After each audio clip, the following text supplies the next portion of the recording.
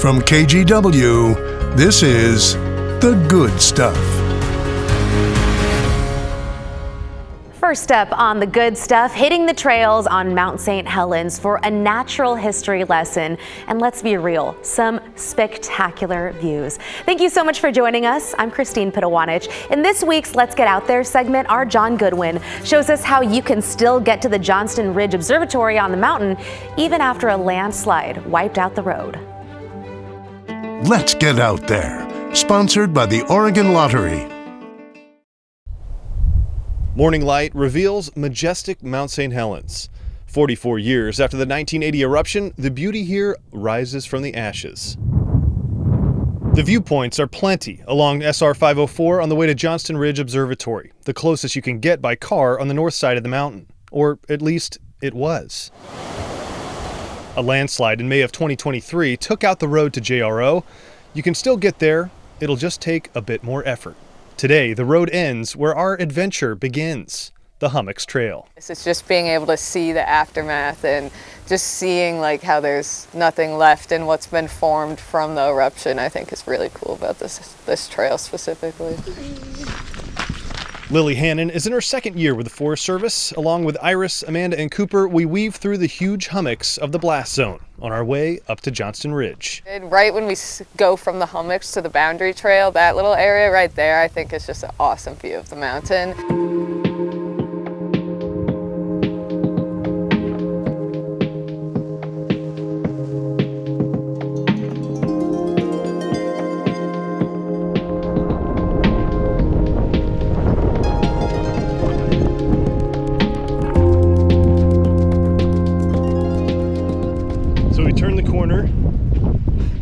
Check out that view, man. That is incredible. We turn the corner and the Johnston Ridge Observatory is visible. So we have about, I don't know, maybe about a mile or so left. This boundary trail is just amazing. Just to see the landscape, the volcanic features really are what stand out, but also the regrowth.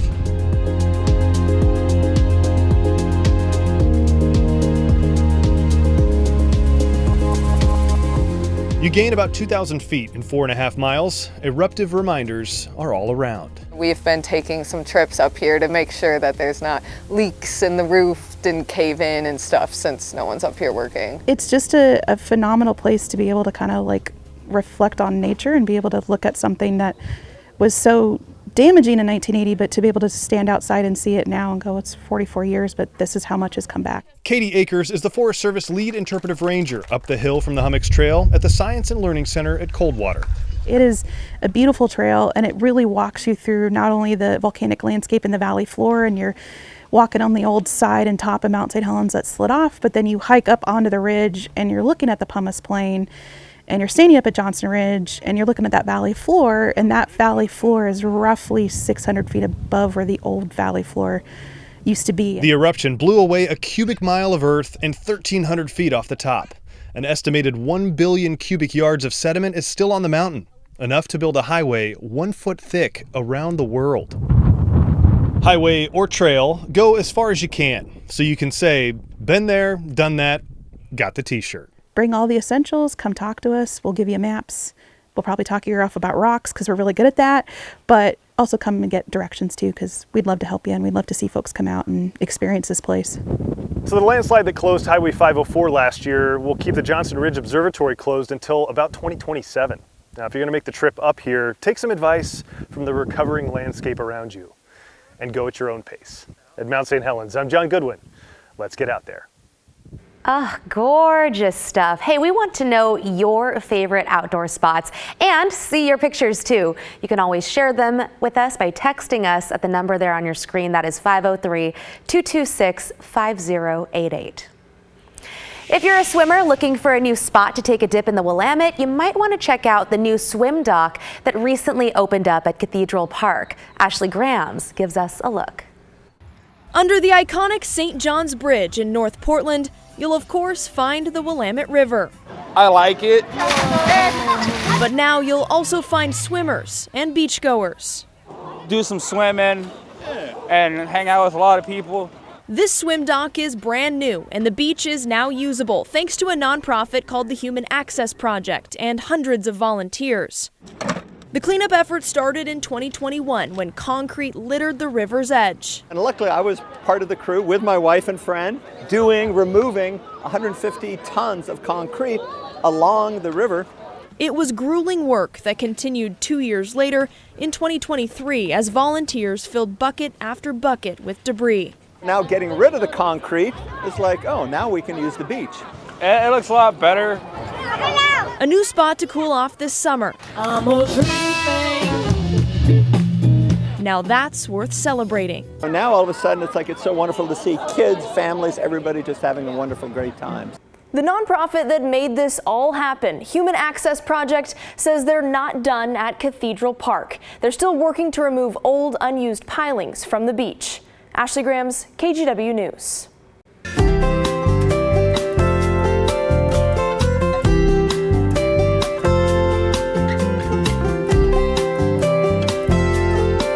In today's Grants Getaways, it's good news on the coast. After a brief health advisory shut down razor clamming this spring, the popular pastime has reopened. That includes a sandy stretch near Seaside that Grant McComey calls Clam Heaven. And he's found the perfect place to get you started with the right gear and the right advice. Okay, here we go, Grant. There's all kinds of them here. Right here. See 'em? Steve Fick likes to say he digs his beachside recreation, razor clamming. These look like clams right here. We're looking for dimples in the sand. Steve grew up in Astoria, so when the tide goes out, his dinner table is set with fresh razor clams. This is just like Easter egg hunting. He uses a short-handled shovel, especially designed for digging the soft sand, where thousands of people will flock to dig hundreds of thousands of razor clams from 18 miles of shoreline between Seaside and the Columbia River. And that's where 95% of the clams in Oregon are dug, is on this beach right here. Other diggers, like Paul Watt, rely on double-fisted, long-barreled stainless steel clam guns. It's addicting because you never know what you're going to get for a clam, big one or a little one, or it's just a lot of fun. I love it. But if you don't know a clam show from a sideshow, here's where you start. England Marine in Astoria. There's nobody that can come into Astoria and not find something here they need. Bring your wife, your kid. We've got extra stuff for little kids. It's wide ranging. Mark Ackerell is a longtime manager at England Marine and, importantly, a lifelong coastie who knows all about razor clamming, especially those popular clam guns. And they work great. They're easy in and out of the sand. If you've got a bad back, the new air tubes break the seal on the sand so you can pull them up really easy. Favorites include tools that mean business, like the Clam Hawk, the larger Clam Hog, and the Granddaddy Boss Hog. 5.5-inch tube. I don't have to be a good shot. I'm a tall, heavy set guy, so it goes in and out of the sand real easy. It's up here. And an awesome gun too. And when it comes to clam shovels, it's important to remember shovels are not meant to be used like a garden spade. You don't put it in the ground and pry back on it. You slide the shovel in, you pull out a little sliver of sand, you stick your hand down in and grab the clam. And anybody good at it is way faster than anybody with a gun. Ackerell adds that each clammer must dig and carry their own limit of 15 razors. Have a shellfish license, it's required for 14 and older. And finally, consider England Marine your one-stop shopping center for your next razor clam adventure. We've got everything you need to go clam digging, boots, rain gear, obviously guns, shovels, bags. We can actually give you some advice on where to go. In Astoria with photographer Jeff Kastner, Grant McComey, KGW. Staying on the coast, take a look at this. 2 sea otters right there were spotted in the Cannon Beach area a couple weeks back. A team of volunteers with the nonprofit Ilaka Alliance spotted them and believe the duo most likely swam south from Washington's Olympic coast. The nonprofit says otters have not lived on the Oregon coast since the early 1900s when they were hunted for their fur. They say the animals don't typically migrate, so seeing a pair of them here on the Oregon coast is rare. Very cool. Hey, when we return, a look at how to help your kids fight summer boredom and stay active while they're out of school.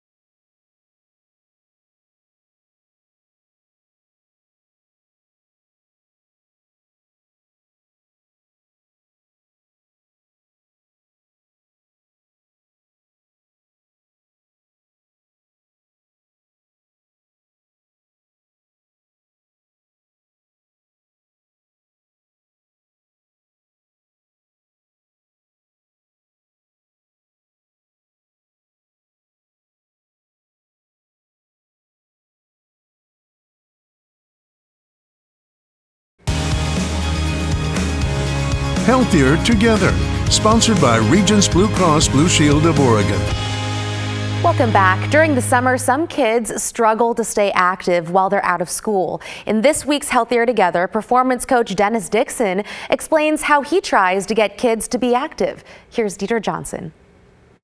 It wasn't easy for performance coach Dennis Dixon to get where he is today. I'm all about training the next generation, something that I did not have when I was little. To be able to have someone like myself to be able to give the wisdom to the next generation means a lot to me. Thanks to a lot of perseverance, he achieved his dreams. First by playing for the University of Oregon and then going to the NFL. And I was blessed to be a professional athlete in 2 sports, not only 1, but 2, football and baseball. So I got drafted in the 5th round to the Atlanta Braves that year in '07, and then I got drafted in the 5th round to the Pittsburgh Steelers. Dennis won 2 Super Bowl rings. Now he's helping teens train and go after their own goals at the La Crosse Northwest Turf in Tualatin. That includes staying active during the summer. Just to stay busy. A lot of these athletes, a lot of these kids aren't doing what they're doing right now as far as training. And spending time away from screens. As adults, we got to find ways to how we can be able to out-influence social media. Social media is taking off, getting people off their tablets, getting them active for at least 30 to 60 minutes a day. Teens training with Dennis say it's not just about staying active, but getting ahead. I mean, I'm able to get faster, I'm able to get stronger. I guess I get to be competitive and I get to compete with other people. I'm improving my strength and agility in both ways to get faster and stronger in general on the baseball field. And that it's also about putting in the work now so they'll be healthier. If you're not working, you're getting passed by people who are, you're getting worse than the people who are, and if you want to play as long as possible, you should always be working. Dennis says by kids staying active during the summer, they'll be at their best. I try to eliminate excuses. You don't need a gym. You don't need a lot of equipment. All you need is a time, opportunity, space, and everything to get things done. Yeah, dedicated kids. That was our Deidre Johnson reporting. And you can see all of our Healthier Together stories right now at kgw.com/healthier together. Next, Team USA's water polo team now has their own hype man. How Flavor Flav got a taste of what it takes to compete at the Olympic level. And you hear this music? Maybe not. This is our normal music, but can you believe it? That's the music I'm talking about. The KGW School Supply Drive starts up in just a few weeks, so now is the time to sign up your organization to help us collect supplies. Head to kgw.com/school to sign up your organization, and we'll send you right over a collection kit. Keep in mind, the supplies you help collect will actually stay in your school district. Again, that is kgw.com/school for all the info. Stay with us.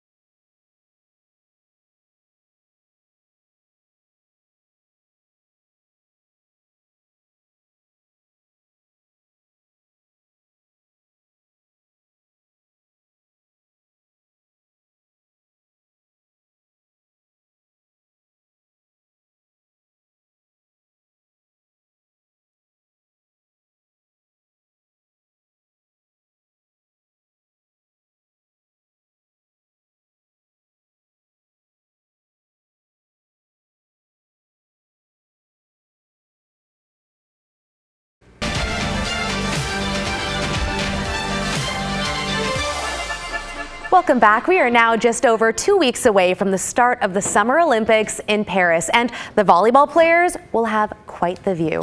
Crews have started setting up the courts at the foot of the Eiffel Tower. Sand was poured at the venue, and it's about 95% complete at this point. This year, the beach volleyball games will take place between July 27th and August 10th. And Team USA has a brand new hype man for its water polo team. There you saw him for a second. There he is again. Flavor Flav is the team's new sponsor. He recently played his first game of water polo with the U.S. women's Olympic team. Girls playing this water polo, they out there busting their ass, making the United States look good. So that's what I'm trying to do with these girls, to give them a more powerful feeling, a more confident feeling, to go out and get that 4th gold medal.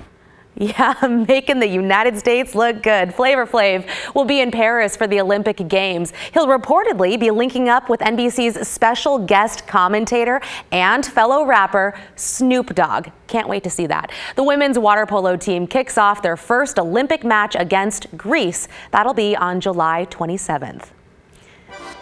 And one Olympian is breaking barriers. 8 years ago, U.S. Olympic swimmer Simone Manuel became the first African American to win an individual gold at the Games.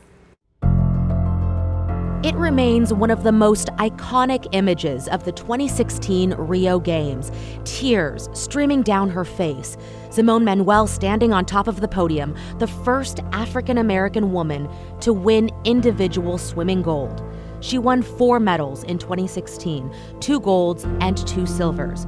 For the Tokyo Games, Manuel was selected a team captain, where she earned bronze in the 4x100-meter freestyle relay. Manuel has partnered with multiple organizations to help increase diversity and inclusion in swimming. The Texas native added a sponsorship with a swimsuit maker, Triy Sport, to ensure they give opportunities to underrepresented groups. She thinks it is the first of its kind in pro sports. She is an ambassador with the USA Swimming Foundation to make the sport more racially inclusive, and she has partnered with several schools to create swim curriculums, ensuring Manuel's career will go down in history as successful and meaningful. What an inspiring woman. Okay, coming up, we are going to introduce you to an inspiring high schooler. Meet the student developer who created an app that many students in Portland now rely on.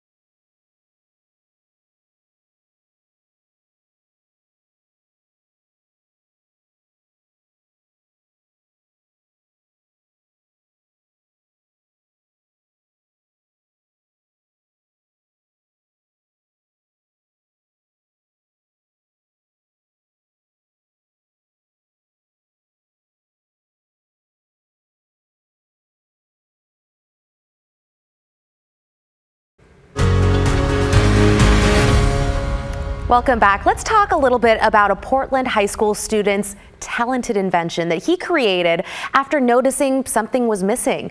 Gotta hand it to him, because even as a freshman, he was already thinking about solutions. Our Thomas Schultz has his story. If you stretch back a few years, you'll find a slightly younger Taryn Groulet. I was sitting right over here. Busy at work, creating this. This is the news feed. An app. I can track my bus in the morning. For schools, which lays out information. And I can just click on a day to learn about the events that are happening. Kids and families need to know. I've been working on Triy for about 5 years now. 5 years, dating back to when he was a freshman at Roosevelt in Mr. Ansell's computer science class. It felt ambitious, but doable. Since then, the app has taken off and is used across Portland public high schools, where 95% of students use it. It's a big number, yeah. All spurred from the idea that the best place to connect with kids was where they spent much of their time. So it really makes sense for a school to meet students where they are on smartphones. He's someone capable of solving really big world problems. And the hope is he can continue to expand Triy to schools across the country. I think the success within PPS has really shown the value and the need for Triy. Impressive teen. That was Thomas Schultz reporting. So Groulet's old Portland public school teacher, Mr. Ansell, was inspired by his former student and has started a class teaching kids how to code their own apps. Very cool stuff.